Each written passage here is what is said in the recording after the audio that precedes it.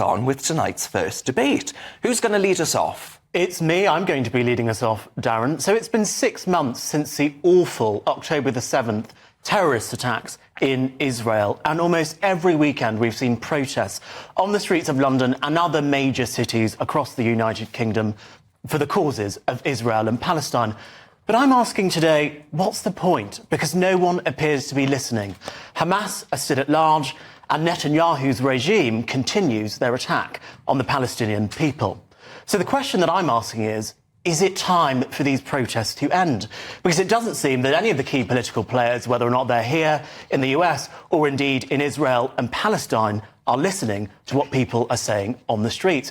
I was walking past the demonstrations earlier on today, coming back from lunch, and I was seeing all sorts of things. Yes, lots of people were peaceful, but I did hear chants of "From the river to the sea" just before Jeremy Corbyn was speaking on Trafalgar Square.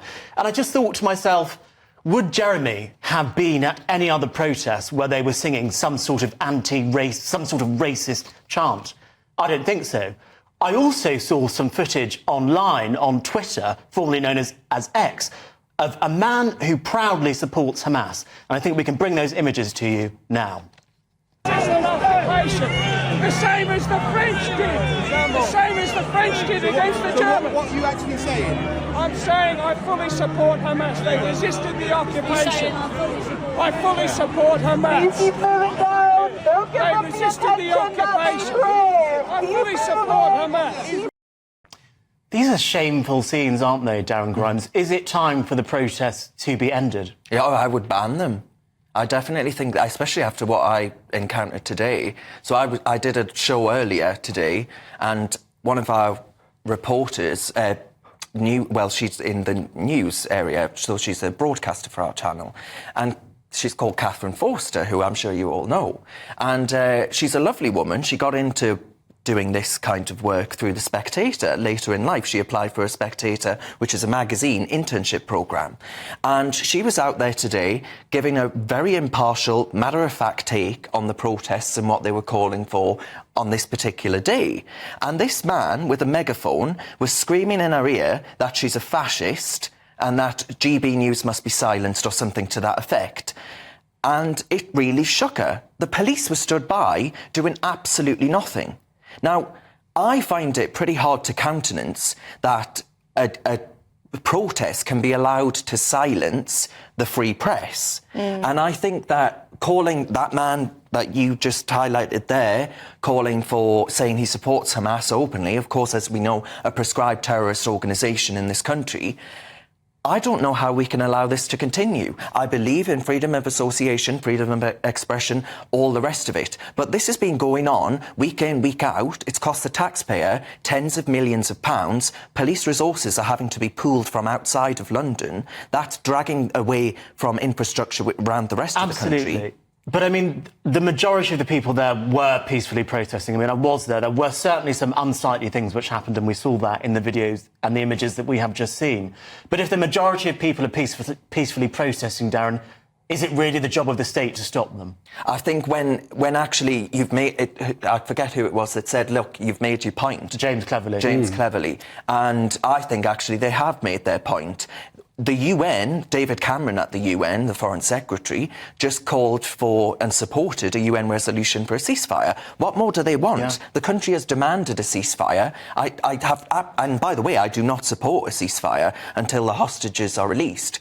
But that said, they've got what they wanted. What more do they want to extract from the British state? This is just them trying to spread poison on our streets, I think. Benjamin, it is a lot of people on the left who are attending these protests. Now, I know you don't necessarily share their opinion, but how do you feel about the protests being banned, given it is a lot of people on the left who are attending these protests? Well, look, I found this a really difficult one. So in France, President Macron, who is a centre-left politician, banned the protests after 1 or 2 weeks. So there haven't been these every Saturday as there would have otherwise.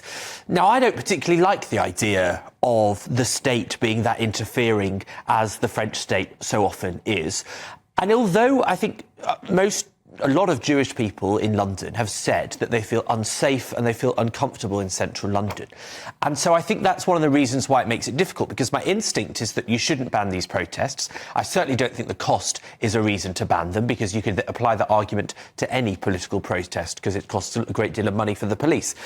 But the problem is that I don't think the police are using the powers that they have at the moment.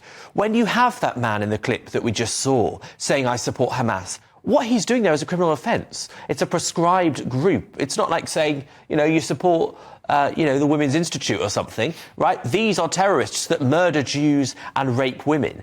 And I think we'd do better for the police to enforce the laws we already have. Charlie, a sitting MP, Jeremy Corbyn, gave a speech today, and after that speech, the crowd cheered from the river to the sea.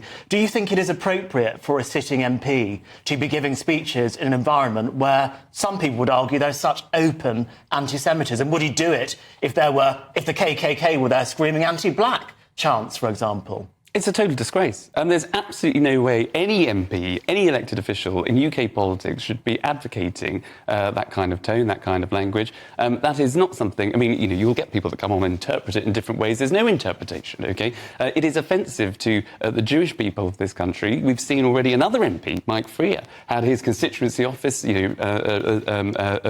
victim of arson attack because of the way in which these protests are ongoing. I think time is enough. Time is up. The protests, they do need to come to an end. They're not achieving what, or they are achieving, actually. You can't just have a protest on the streets of London where businesses have to close every week, where you've got, people like that crackpot shouting that he supports Hamas, where I never thought I'd say this, but I agree with Benjamin. That man is, committing an offence. The police should be stepping in. Get Diane in on this. Mike Freer is an allegation, just have to put that on record. Diane, is there a free speech argument here? Should we allow them to continue in the name of free speech? Well, we need to have the ability to be able to move as one, as the public, to let the people know how we feel. But as you were saying, when you have people, they only want it one way.